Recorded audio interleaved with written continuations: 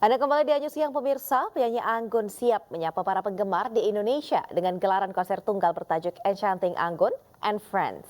Dan dalam konser yang digelar pada Minggu 28 Juli, Anggun akan membawakan lebih dari 20 lagu yang bekerja sama dengan sejumlah musisi ternama. Dan berikut kita simak perbincangan seru tim Anyus dengan Anggun. Pemirsa apa kabar semuanya? Semoga semuanya dalam keadaan yang sehat dan berbahagia. Senang sekali hari ini kami diberi kesempatan untuk berbincang dengan sosok yang kalau saya personal, walaupun bukan di generasinya, tapi saya sangat one of my favorite musician to look up to. Jadi ini salah satu musisi Indonesia yang jadi benchmark ya, jadi mercusuar untuk banyak musisi tanah air, Asia bahkan dunia ya.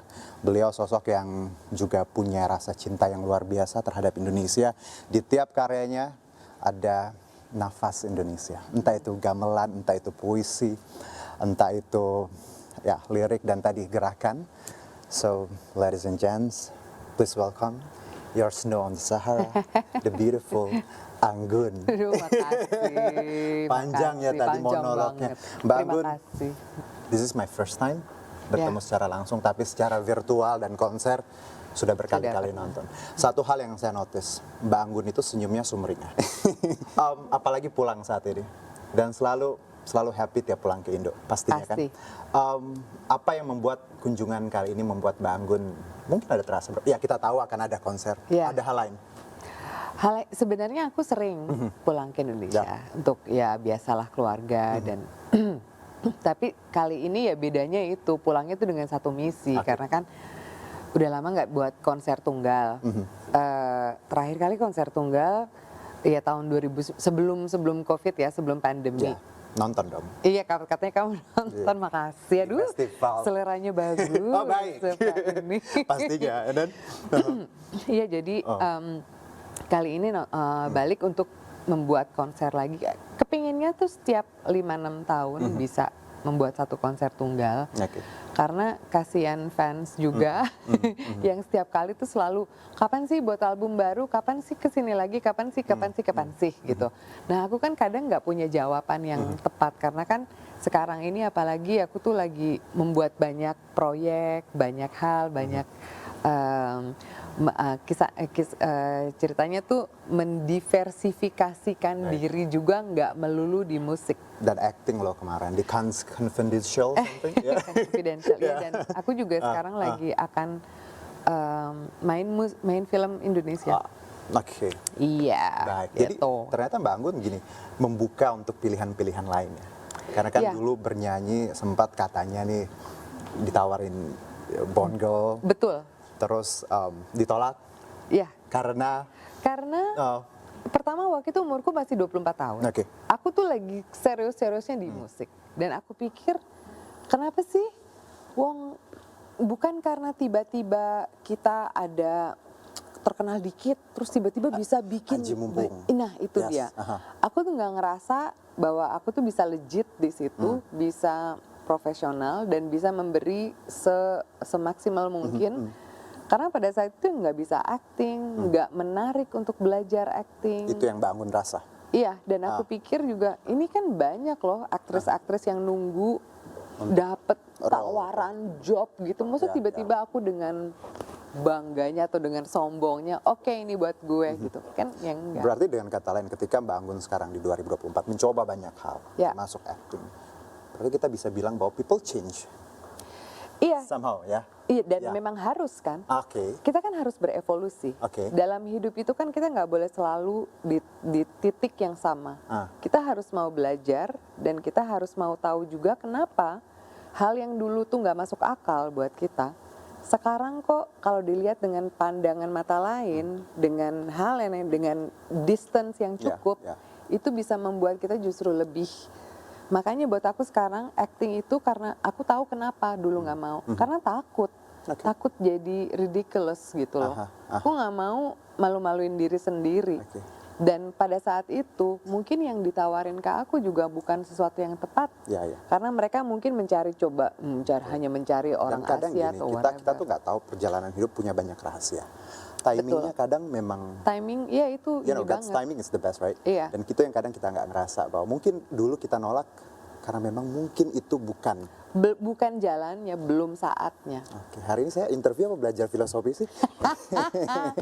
Mbak, oke, kalau kita lihat endurance, ini kan seorang musisi harus, ya tadi kalau dari ceritanya Mbak Anggun, nggak gampang. Ada rentan waktu yang tidak setahun, 2 tahun, bahkan dekade. Ya. Aha. Support system seperti apa sih Mbak Anggun yang membuat endurance Mbak Anggun tetap berapi-api? Sebenarnya ya banyak lah, teman, keluarga itu pasti.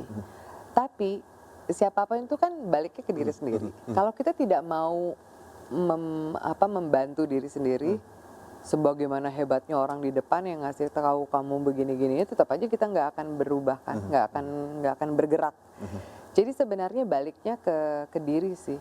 Aku setiap kali kalau misalnya aku mencoba sesuatu ya, dan apakah itu gagal atau belum, sebenarnya bukan gagal sih, sukses yang tertunda. Ya.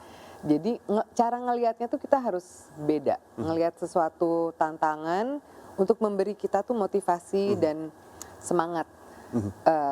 Ya belum coba aja lagi. Dan aku selalu mikirin gini, setiap kali kalau ngerasa down, jangan lupa kenapa kamu mau menjalankan ini pada awalnya. Jadi ketika Mbak Anggun mulai terus ada turbulence dikit-dikit. Ya. Bukan makin down tapi makin wise, makin baik. Justru itu yang kesana tuh kayak pelari maraton. Yes. Pelari maraton kan pasti ada juaranya. Terus ada juga dong yang nomor berapa yang kelarnya maraton tuh kan panjang ya. Panjang. Tapi mereka finish loh. Yang penting tuh dihabiskan. Yang penting tuh harus ke finish line. Nah ini orang yang sering lupa bahwa we tend to kayak glorify the result. Padahal proses itu. Proses itu penting sekali. Mbak Anggun, ini baru 2 pertanyaan loh. Mbak, kalau kita bicara gini, Snow on the Sahara, ya, awal ketika Mbak Anggun meninggalkan Indonesia dengan mimpi dunianya, ada nggak sih hal yang Mbak lakukan sehingga Mbak bisa menundukkan, ya, in terms of istilahnya membuat produser ataupun musisi di sana percaya gitu? Sebenarnya ini justru malah semakin saya merasa bahwa saya harus membina keunikan diri. Ini yang membuat mereka tuh lebih tertarik. Kalau misalnya cara saya menyanyi sama dengan artis-artis yang sudah ada, atau mungkin dalam saya berpakaian atau bermakeup atau yang miripin penyanyi ini, justru itu mereka ya yang gini udah ada gitu loh. Untuk mencari tempat di banyaknya orang ini, banyaknya artis ini, itu harus punya kekuatan sendiri. Kekuatannya apa? Sebenarnya diri sendiri. Ya. Ini aku barusan dibisikin pertanyaan terakhir loh. Tapi kita bicara konser. Ini kan luar biasa. Sabtu ya? Minggu tanggal 28 malam. Ya. Apa yang spesial? Kita tahu ini orkestra, ada nama-nama line up lainnya juga yang akan mengisi. Dari Mbak Anggun, apa yang mungkin membuat ini sesuatu yang berbeda? Yang membuat berbeda itu, jadi konsernya juga aku kerjasama dengan Rangga Jonet, itu satu scenograph yang aku suka banget. Jadi kita akan bikin konser tuh seperti imersif. Jadi nggak cuma dengan musik orkestra, dengan Andi Rianto, terus nggak cuma ada Isyana yang aku ngefans dari dulu, terus ada Fabio Asher yang aku juga suka, dan ada Om Ahmad Albar, Om Ian Antono. Pokoknya tuh jadi ada ini konser kayak ada lintas generasi. Dan juga aku memvisit lagu-lagu lama, lagu baru, dan lagu-lagu orang lain juga, yang pokoknya tuh kayak semacam tribute juga. Gitu loh. Singkat tapi memorable untuk hari ini. Saya terima kasih dan teman-teman lihat Mbak bukan sekedar penyanyi atau sosok yang memang legendary tadi, legend, tapi seorang yang punya nilai-nilai yang kadang kita lupa bahwa Indonesia tuh memang unik sekali. Sebelum saya tutup, ada tantangan. Apa tuh? Terusin aja lirik. Nggak usah nyanyi, tapi terusin ya. lirik lagunya siapa? Ya Mbak Anggun lah. Ya kalau lirik lagu sendiri pasti tahu siapa dong. tahu ya, nggak hafal ya. Oke. You know that is true. Ain't nobody else. I'm crazy for you. It's all about you. Everybody knows that I'm crazy for you. You know that is true. wanna show the world I go crazy for you. We all do crazy for Anggun, don't we? Mbak Anggun, terima kasih. Makasih banyak. Sehat-sehat, sukses untuk Amin. nanti konsernya. Makasih. Demikian perbincangan kami bersama Anggun, dan nanti juga jangan lupa untuk saksikan konsernya di 28 Juli mendatang. Saya Arjuno Syaputra dan seluruh kru yang bertugas pamit undur diri. Terima kasih. Sampai jumpa. Dah.